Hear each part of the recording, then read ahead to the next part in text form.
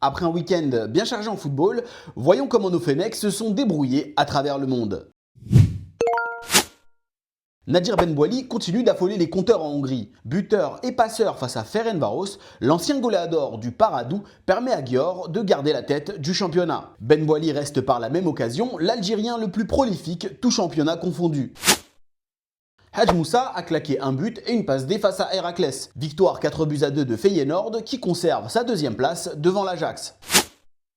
Amoura a ouvert le score face à Mayence. Le problème, c'est que Wolfsburg en a pris 3 derrière. Grosse défaite face à un concurrent direct pour le maintien en Bundesliga. Toujours en Bundesliga, mais un peu plus haut dans le classement, Maza s'est distingué par une passe décisive pour Lucas Vazquez sur le seul but de la rencontre entre le Bayer Leverkusen et Brême. Maza continue de briller et Leverkusen s'accroche à la 6e place.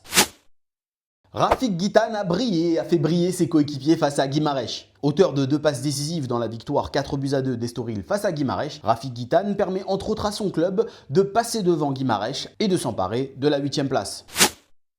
Riyad Mahrez a affronté le Neom de Saïd Benrahma et a marqué un joli but à la suite d'une très belle combinaison sur coup franc. Victoire 3-0 de El Ahly, bien campé à la 2e place derrière El Hilal en championnat. Gouiri revient bien depuis son opération. Auteur d'un doublé avec l'OM face à Lens dans un match ultra important, le numéro 9 prouve que Marseille n'est pas la même équipe avec et sans lui.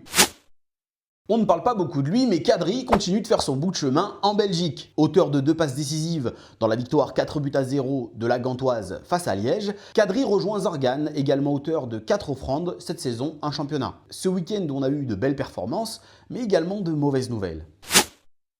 Bennacer a rechuté après 23 minutes pour son retour à la compétition avec le Dynamo Zagreb. Touché à la même cuisse que lors de la Coupe d'Afrique des Nations 2025, Bennacer va devoir repasser par la case convalescence. En plus de Bennacer, Youssef Attal a également été touché et assez sérieusement. Sorti sur civière lors du match opposant Al Sadd à Al Ahly Dubaï, Youssef Attal souffrirait d'une rupture totale du tendon d'Achille. Une terrible blessure qui signifie la fin de saison de Attal, mais également la fin de tout espoir de pouvoir disputer la Coupe du Monde avec l'Algérie. Terrible coup dur évidemment pour le joueur à qui nous souhaitons un prompt rétablissement et beaucoup de courage. Pour finir, je vous laisse avec 2 tableaux, celui d'abord des meilleurs buteurs des Z, tout championnat confondu, et évidemment le tableau des meilleurs buteurs du championnat local. À la semaine prochaine pour une nouvelle vidéo récap.